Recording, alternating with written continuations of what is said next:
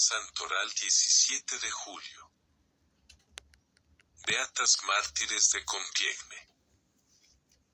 Las mártires hijas de Santa Teresa de Jesús. La fiesta de Nuestra Señora del Carmen de 1794, celebrada en una horrible cárcel de París, tuvo augurios de sangre y de gloria para las monjas carmelitas descalzas del monasterio de Compiègne. Al día siguiente, las 16 hijas de Santa Teresa, novicia incluida, iban a ser conducidas a la guillotina por el crimen de ser católicas, fanáticas en el lenguaje revolucionario. Hacía siglo y medio que las carmelitas descalzas de Amiens habían fundado en Compiègne, una ciudad de Oise.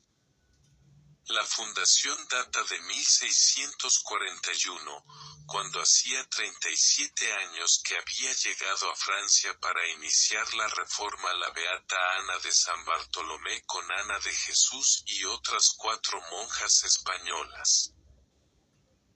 Al estallar la Revolución 1789, las monjas rehusaron despojarse de su hábito carmelita, y cuando los disturbios fueron aumentando, entre junio y septiembre de 1792, siguiendo una inspiración que tuvo la priora beata Teresa de San Agustín, todas se ofrecieron al Señor en holocausto para aplacar la cólera de Dios y para que la paz divina, traída al mundo por su amado Hijo, fuese devuelta a la Iglesia y al Estado. El acto de consagración, emitido incluso por 2 religiosas ancianas que al principio se habían asustado ante el solo pensamiento de la guillotina, se convirtió en ofrecimiento diario hasta el día del martirio, 2 años después. La Asamblea Nacional Constituyente había hecho público un decreto por el que se exigía que los religiosos fueran considerados como funcionarios del Estado. Deberían prestar juramento a la Constitución y sus bienes serían confiscados. Era el año 1790. Miembros del directorio del distrito de Compiègne, cumpliendo órdenes, se presentaron el 4 de agosto de aquel año en el monasterio a hacer inventario de las posesiones de la comunidad. Las monjas tuvieron que dejar sus hábitos y abandonar su casa. 5 días después, obedeciendo los consejos de las autoridades, firmaron el juramento de libertad e igualdad. Los religiosos que se negaban a firmarlo eran deportados. Después fueron separadas. Hicieron 4 grupos y vivían en distintos domicilios, pero continuaron practicando la oración y entregándose a la penitencia como antes. La regularidad y el orden de su vida, que reproducía todo lo posible en tales circunstancias la vida y horario conventuales, fueron notados por los jacobinos de la ciudad. En ello encontraron motivo suficiente para denunciarlas al Comité de Salud Pública, cosa que hicieron sin pérdida de tiempo. El régimen del terror estaba oficialmente establecido en Francia y había llegado en aquellos momentos al más alto nivel imaginable. El rey había sido ejecutado y el tribunal revolucionario trabajaba sin descanso enviando cientos de ciudadanos sospechosos a la muerte. La denuncia de las carmelitas decía que, pese a la prohibición, seguían viviendo en comunidad, que celebraban reuniones sospechosas y mantenían correspondencia criminal con fanáticos de París. Convenía presentar pruebas, y con ese objeto se efectuó un minucioso registro en los domicilios de los 4 grupos. El comité encontró diversos objetos que fueron considerados de gran interés y altamente comprometedores. A saber, cartas de sacerdotes en las que se trataba bien de novenas, de escapularios, bien de dirección espiritual. También se halló un retrato de Luis XVI e imágenes del Sagrado Corazón. Todo ello era suficiente para demostrar la culpabilidad de las monjas. El comité, pues, redactó un informe en el que explicaba cómo, considerando que las ciudadanas religiosas, burlando las leyes, vivían en comunidad, que su correspondencia era testimonio de que tramaban en secreto el restablecimiento de la monarquía y la desaparición de la república, las mandaba detener y encerrar en prisión. El 22 de junio de 1794 eran recluidas en el monasterio de la Visitación, que se había convertido en cárcel. Allí esperaron la decisión final que sobre su suerte tomaría el Comité de Salud Pública asesorado por el comité local. Entonces acordaron retractarse del juramento prestado antes, prefiriendo 1000 veces la muerte mejor que ser culpables de un juramento así. Esta resolución las llenó de serenidad. Cada día aumentaba el peligro, pero ellas se sentían más fuertes. Continuaban dedicadas a orar y, gracias a estar en prisión, podían hacerlo juntas, como cuando estaban en su convento. Ya no se veían obligadas a ocultarse y ello les procuraba un gran alivio. Transcurridos unos días, justamente el 12 de julio, el Comité de Salud Pública dio órdenes para que fueran trasladadas a París. El cumplimiento de tales órdenes fue exigido en términos que no admitían demora.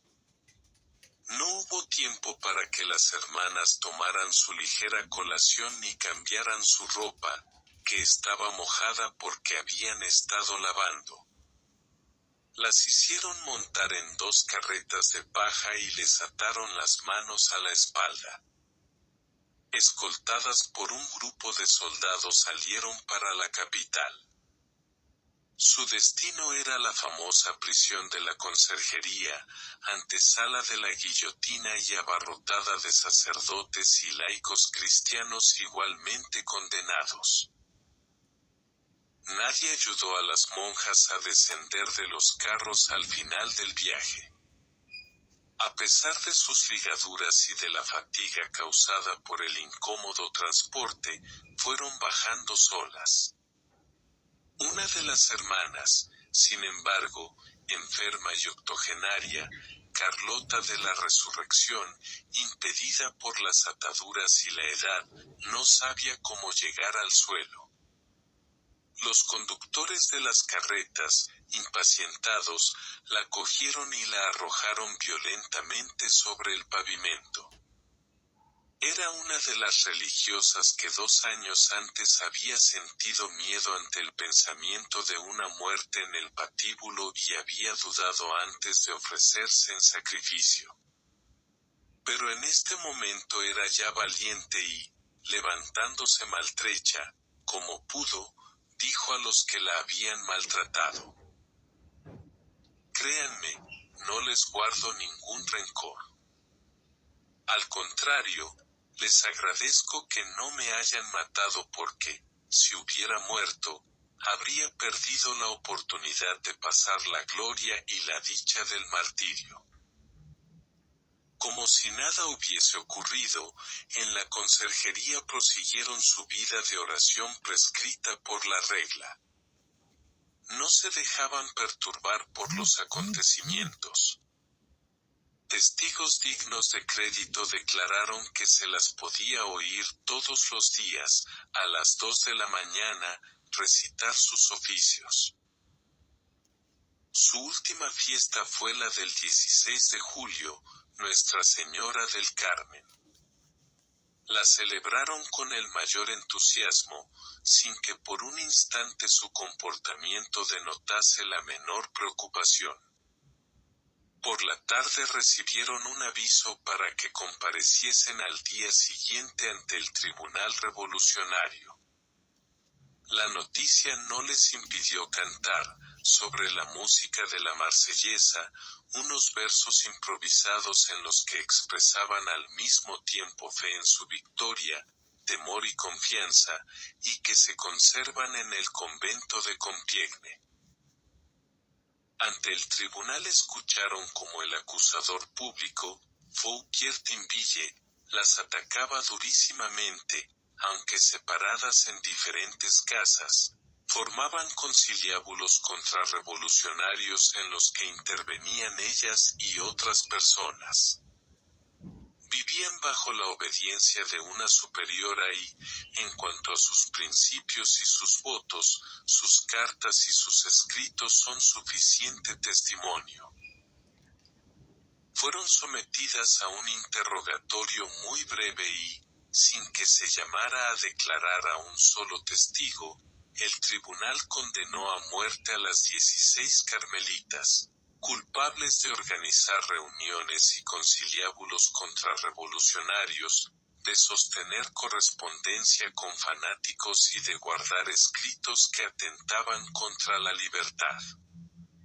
Una de las monjas, Sor Enriqueta de la Providencia, preguntó al presidente qué entendía por la palabra fanático que figuraba en el texto del juicio, y la respuesta fue: entiendo por esa palabra su apego a esas creencias pueriles, sus tontas prácticas de religión. Era su amor a Dios, su fidelidad a los votos y a la religión lo que las hacía merecedoras de la pena capital. Una hora después subían en las carretas que las conducirían a la Plaza del Trono derrocado, hoy Plaza de la Nación.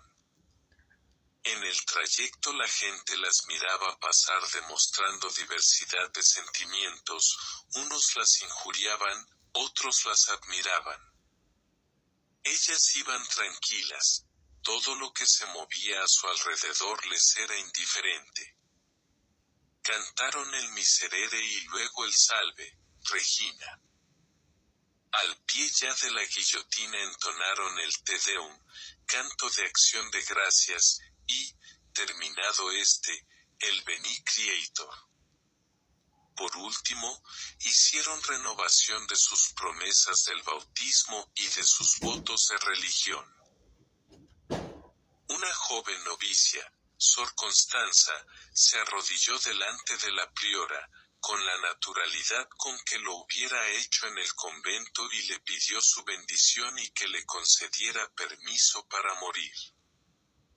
Luego, cantando el salmo Laudate Dominum omnes gentes, subió decidida los escalones de la guillotina. Una tras otra, todas las carmelitas repitieron la escena. Una a una recibieron la bendición de la Madre Teresa de San Agustín antes de ser guillotinadas. Al final, después de haber visto caer a todas sus hijas, la Madre Priora entregó, con igual generosidad que ellas, su vida al Señor, poniendo su cabeza en las manos del verdugo. Así realizó lo que ella solía decir: el amor saldrá siempre victorioso. Cuando se ama todo se puede. Era el día 17 de julio de 1.794 por la tarde. Prevaleció un silencio absoluto durante todo el tiempo en que los ejecutores seguían el procedimiento. Las cabezas y los cuerpos de las mártires fueron enterrados en un pozo de arena profundo de casi 9 metros cuadrados en el cementerio parisino de Picpus. Como este pozo de arena fue el receptáculo de los cuerpos de 1.298 víctimas de la Revolución, parece no haber muchas esperanzas de recuperar sus reliquias. Una placa de mármol con el nombre de las mártires y la fecha de su muerte figura sobre la fosa y en ella hay grabada una frase latina que dice: Beati qui in domino moriuntur. Felices los que mueren en el Señor. El cardenal arzobispo de París inició el proceso de su beatificación el 23 de febrero de 1896. El 16 de diciembre de 1902 el Papa León XIII declaró venerables a las mártires de Compiègne. Fueron beatificadas por el Papa Pío X el 27 de mayo de 1905. Mártires carmelitas de Compiègne rueguen por nosotros.